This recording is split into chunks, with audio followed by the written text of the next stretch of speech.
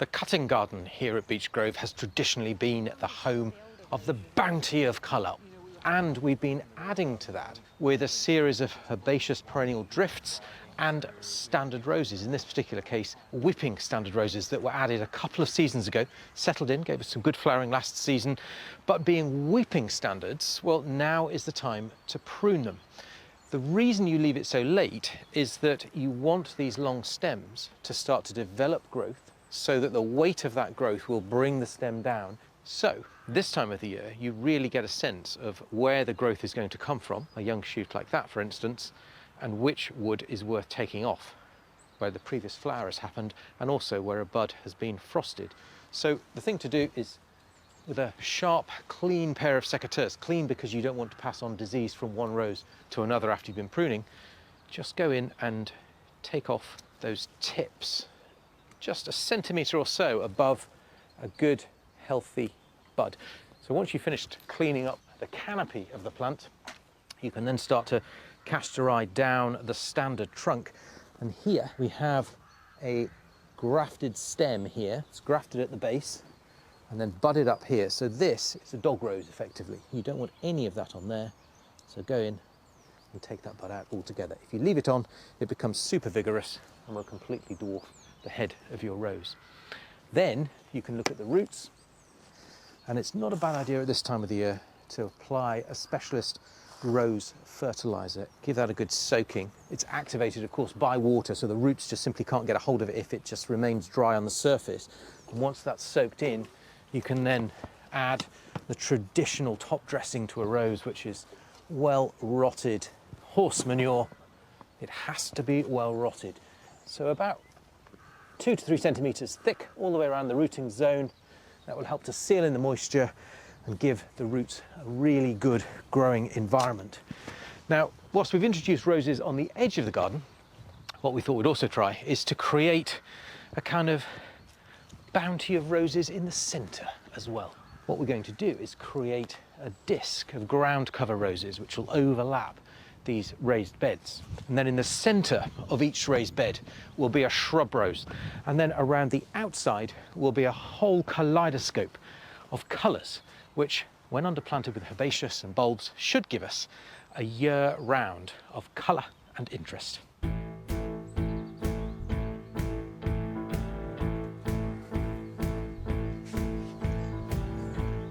As with anything, the preparation of the ground is the most important thing, and that especially applies to the planting of roses. They're a very versatile group of plants. There's over 100 different species to choose from, but generally they all like very similar conditions. And they like, first of all, a very free draining soil. That's why we've chosen to put them in these raised beds here. And then, well, it's got to be, strangely, a firm soil. This is actually a little bit too light and fluffy. If anything, it's too good a soil. And what happens is, as the rose grows up, it rocks in the wind. The roots become damaged, and then the flowering is compromised. So the thing to do is to make the soil a little bit heavier here. And that's why we're putting organic matter on in the shape of well-rotted horse manure. Once you've got a good layer of horse manure on the surface of the soil, fork it in lightly, especially if you have a light sandy soil as we do here. And then, because we've got really light soil, tread it down to give the roots a good firm hold on the ground. In a garden like this, what I want to try and take advantage of is the diversity of roses. So the 4 spots that I've just put in here will provide me with the bulky plants. They're the ones that are good and upright, the structural specimens, the old species forms. And they will, in a way, provide the highest point of the garden. And then these little spots here, well, this is the contrast. This is the lowest spot in the garden where I want to use ground covering roses. And that's really what this garden is about, to really enjoy the fragrance. It gets trapped in this area so that in the summer months, it's awash with the sweet smell of roses.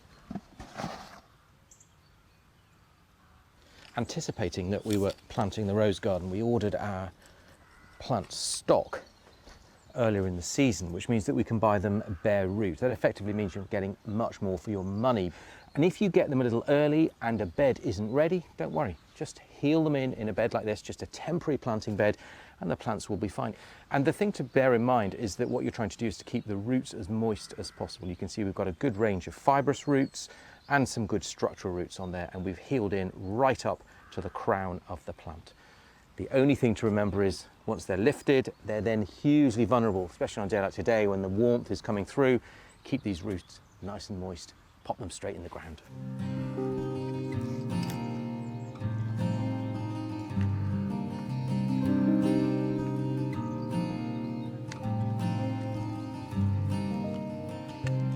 Choosing your roses really is a matter of choice to suit the colour scheme of the garden, the region you're in, and also the structure that you're trying to create. So for instance, one of my large centrepiece, they're sort of old-fashioned shrub-style roses, I've chosen Rosemary de la Haye, which is a really super, very elegant arching plant and has wine crimson blooms on it. It's a very elegant centrepiece to have. And then to come down into one of the smaller shrub roses, this is Munstead Wood, which is a modern shrub rose. It's one of the English shrub roses. And this is really a great plant which combines the old-fashioned sort of crinkled bowl-shaped roses with sweet fragrance and long flowering. And then this bowl in the centre here, where we're trying to harvest the fragrance and create a ground cover mix, well, I've used Kent, one of the roses from the County series, a really good ground cover. It doesn't get any higher than this, but it does sprawl incredibly well. Button double white blooms, unfortunately not fragrance, but then that's coming from elsewhere. But it does create a really good carpet around this particular part of the garden. And then, just to try one of the new floribundas, I've gone for Burgundy Ice. And Burgundy Ice is one of those relatively unusual plants which is derived from another well-known rose. In fact, it's derived from iceberg, which during the, I suppose, 1970s, 1980s, just about everyone had Rosa iceberg in the garden. And Burgundy Ice has that burgundy tint to it and all of the health and vigour of the old iceberg rose. And just to help all of these roses, in fact, to take a hold in this garden, what I'm doing is adding a couple of handfuls of seaweed meal. Kelp meal is perfect because the enzymes and the trace elements help to really invigorate the rose, and just a spot of mycorrhizal fungi. And the mycorrhizal fungi, of course, are wonderful at being able to harmonise with the roots of the rose. The other thing is to plant really quite deep, and you can see here on Burgundy Ice, I'm planting it so that the shoots are coming right down from ground level. Now traditionally you might plant a little higher than that, but the current thinking is to, for the health of the rose, just plant a little bit deeper. Now, once the roses are all planted, you can then get on to the watering. Of course, it's essential in this first few months to give them a good deal of water. And whilst you're watering, you can look at the wounds on your hands and count all the scratches and scars that the roses have given you, and remind yourself that, of course, technically roses don't have thorns. You might think they have, but they don't. Technically, they're prickles because they don't have vascular bundles. It's a small consolation if your hands are in shreds after planting, I have to say. But just think of the fragrance.